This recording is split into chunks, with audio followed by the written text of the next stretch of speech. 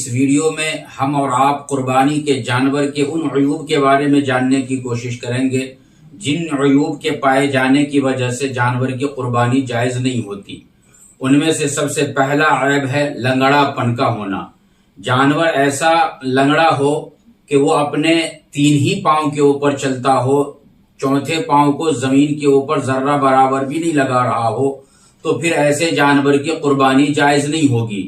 اگر وہ چاروں پاؤں زمین کے اوپر لگا رہا ہے لیکن لنگڑا بھی رہا ہے تو فقہائے کرام نے کہا کہ چاروں پاؤں لگا دینے کی وجہ سے اور چاروں پاؤں لگا کر کے لنگڑا کر کے چلنے کی وجہ سے یہ عیب نہیں ہوگا اور ایسے جانور کی قربانی ہو جائے گی۔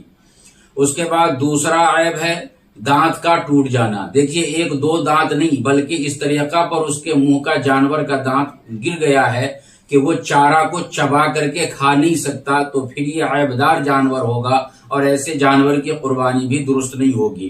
اور تیسرا اور چوتھا عیب ہے کان کا کٹا ہونا اور اسی طریقہ پر دم کا بھی کٹا ہونا۔ تو یاد رکھیے کان اور دم کتنا کٹا ہوگا تو عیبدار شمار کیا جائے گا۔ تو فقہائے کرام نے بیان فرمایا کہ کان اور دم کو 3 حصہ میں ہم تقسیم کریں گے۔ اگر جانور کا کان 3 حصے میں تیسرے حصے کے برابر اگر کٹا ہوا ہے اور اسی طریقہ پر دم تیسرے حصے کے برابر اگر کٹا ہوا ہے تو یہ عیبدار سمجھا جائے گا اور اس کی قربانی نہیں ہوگی۔ لیکن اگر تیسرے حصے سے کم اگر کٹا ہوا ہے تو پھر ایسے جانور کی قربانی ہو جائے گی۔ اسی طریقہ پر سینگ کا بڑا مسئلہ پیدا ہوتا ہے۔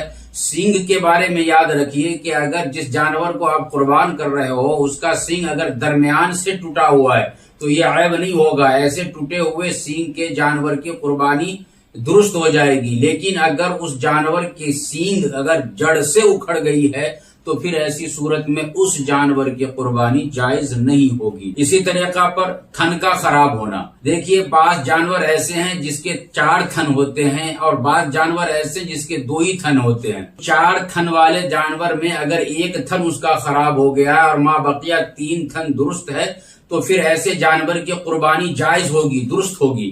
لیکن 4 تھن والے جانور میں سے 2 تھن اس کا خراب ہو گیا ہے تو پھر یہ عیبدار جانور شمار کیا جائے گا اور اس کی قربانی درست نہیں ہوگی۔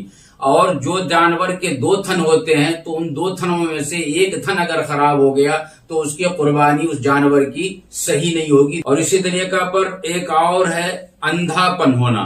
ہمیں کیسے معلوم ہوگا کہ یہ جانور اندھا ہے؟ اس کے سامنے ہم چارہ رکھیں گے اور چارہ اگر وہ دیکھ لیتا ہے کھاتا ہے تو اندھا پن نہیں ہے، اگر وہ نہیں دیکھ پاتا ہے تو اس کا مطلب ہے کہ وہ اندھا ہے۔ ایسے جانور کی قربانی درست